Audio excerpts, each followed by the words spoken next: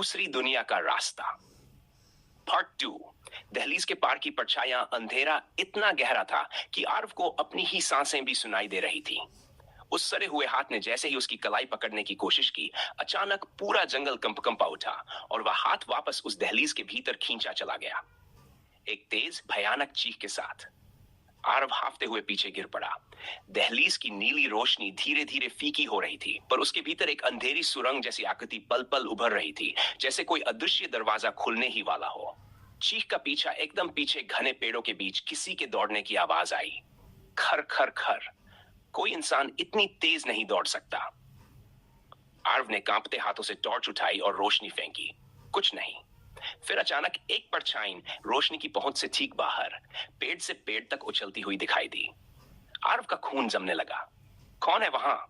जवाब में वही आवाज आई जो पहले पेड़ की दरार से सुनाई दी थी। तुम देर से आए। पर आवाज पहले से ज्यादा गहरी और कई आवाजों के एक साथ फुसफुसाने जैसी थी। जंगल बदलना शुरू हुआ। धीरे धीरे हवा में एक अजीब धातु जैसी गंध फैलने लगी, जैसे किसी ने भारी मात्रा में लोहे को आग में पिघलाया हो। पेड़ों की शाखाएं मुड़ने लगीं। जमीन पर पड़े सूखे पत्ते खुद ब खुद सरकने लगे, जैसे उनके नीचे कोई रेंग रहा हो। आरव ने महसूस किया कि उसके पैरों के पास की मिट्टी हल्की सी ऊपर उठ रही है, जैसे कोई नीचे से बाहर आने की कोशिश कर रहा हो। वह छत से पीछे हट गया और तभी मिट्टी टूटकर उछली और एक भद्दा सा सिर बाहर निकला। सिर मानो आधा जला हुआ, आधा सूखा हुआ, आंखें पूरी सफेद और मुंह टेढ़ा खुला हुआ। वह आरव को देखकर मुस्कुराया, एक ऐसी मुस्कुराहट जिसमें मानवता का एक कण भी नहीं था। आरव चीखते हुए भागा। लालटेन वाली औरत लगभग 5 मिनट जान बचाकर भागने के बाद वह एक बड़ी खुली जगह पर पहुंचा। वहां अजीब सा अंधेरा था, लेकिन बीच में एक पुरानी लालटेन जल रही थी। लालटेन अपने आप हवा में धीमे धीमे घूम रही थी। आधे सेकंड बाद उसके ठीक बगल में एक औरत खड़ी थी, बिल्कुल शांत, बिना आवाज के, जैसे हवा में अचानक प्रकट हो गई हो। उसका चेहरा फटा हुआ जूट के बोरे से ढका था, कंधे झुके हुए, बाल बहुत लंबे और गीले जैसी सी नदी में डूबकर निकाले गए हों। औरत ने लालटेन उठाई और आरव की ओर बढ़ाने लगी। आरव ने कांपते हुए कहा, तुम कौन हो? औरत की गर्दन धीरे धीरे दाईं ओर मुड़ी, फिर बाईं ओर, जैसे असली हड्डियां हो ही नहीं। उसने मुंह खोला और अगली आवाज आरव के पैरों तले जमीन खींच ले गई। मैं उसी रास्ते से आई हूं जहां तुम्हारे पिता गए थे। आरव के शरीर में बिजली सी दौड़ गई। मेरे पापा? वो कहां है? औरत ने लालटेन आरव के चेहरे के ठीक सामने ला दी। आग की रोशनी में उसने अपनी बोरी से ढकी आंखों के नीचे कुछ हरकत महसूस की, जैसे कुछ जिंदा उसके अंदर रेंग रहा हो।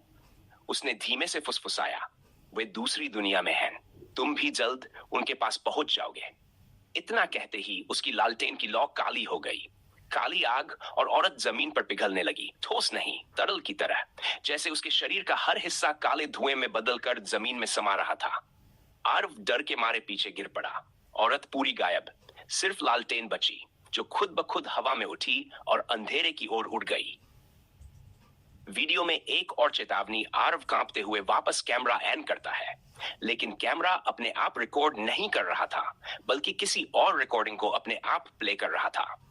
स्क्रीन पर वही जगह दिख रही थी जहां वह अभी खड़ा था, लेकिन वीडियो कई साल पुराना लग रहा था और उसमें उसके पिता थे। उनका चेहरा खून से सना था। वह सीधे कैमरे की ओर देखते हुए बोले, अगर तुम ये देख रहे हो तो इसका मतलब है तुम दहलीज पार कर चुके हो। भूल जाओ कि तुम इंसानों की दुनिया में वापस जा पाओगे। आरव की धड़कन तेज हो गई। पिता की आवाज टूटी हुई थी, यह जंगल जीवित है और यह रास्ता सिर्फ उन लोगों को दिखता है जो किसी अधूरे व्यक्ति को खोज रहे हो। पिता एक कदम और आगे बढ़े। आरव बेटे, तुम मेरी तलाश में आए हो, पर मैं। वीडियो में कैमरा हिलने लगा। पीछे एक काली, बहुत ऊंची आकृति खड़ी थी, इतनी ऊंची कि पेड़ों से भी ऊपर। पिता ने रोते हुए कहा, मैं जिंदा नहीं हूं, मैं इस दुनिया में। उससे पहले कि वह पूरा बोल पाते, वह आकृति उनके पीछे झपट पड़ी। स्क्रीन पूरी तरह काली हो गई। आरव की आंखों में आंसू आ गए। उसका दिमाग सुन्न पड़ गया। दूसरी दुनिया का द्वार खुलने लगा। अचानक उसके पैरों तले जमीन से नीली बैंगनी रोशनी उठने लगी। दहलीज फिर से सक्रिय हो रही थी। वह गोलाकार आकृति धीरे धीरे घूमने लगी। हवा भारी हो गई। पेड़ एक साथ झुकने लगे, जैसे किसी अदृश्य शक्ति के आगे सिर झुका रहे हों। एक आवाज उसके कानों में गूंजी, अब तुम वापस नहीं जा सकते। जैसे ही उसने ऊपर देखा, दहलीज से एक बहुत बड़ा साया जैसे बना हुआ दरवाजा उभर आया। उस दरवाजे के पार एक अलग दुनिया दिखाई दे रही थी, अंधेरी, तैरते हुए शव, उल्टे पहाड़, टूटे हुए मंदिर और हवा में तैरती आकृतियां जो बिना पैरों के चल रही थीं। ये दूसरी दुनिया थी और दहलीज उसे धीरे धीरे अंदर खींच रही थी। आर्व जमीन पर गिरते हुए चिल्लाया, नहीं, मदद। पर उसकी आवाज किसी ने नहीं सुनी।